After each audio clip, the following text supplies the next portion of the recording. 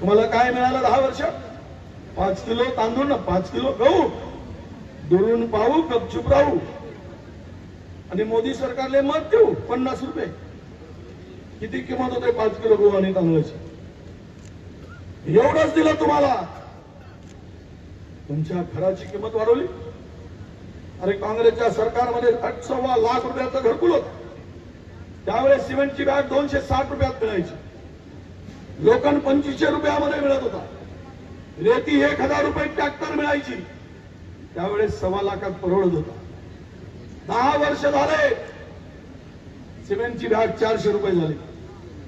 लोखंड 6000 रुपये क्विंटल झाला. रेती 4000 रुपये ब्रास झाली. 1.25 लाखाचा घरकुल होतो. गरिबाची सरकार असती तर 1.25 लाखाचे 2.5 लाख केले असते. पण हे सरकार गरिबाचं नाही.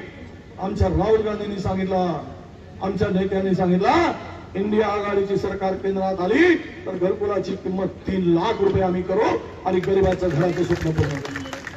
आणि हे काय सांगतात? 3 लाख मकान बनाएंगे. 1.25 लाख में मकान होता क्या? संडास होता? इथे खायलाच नाही. मी वरून बांधताय शौचालय. अरे खाएगा नहीं तो शौचालय में जाके क्या करेगा भाई? खाएगा तो जाएगा,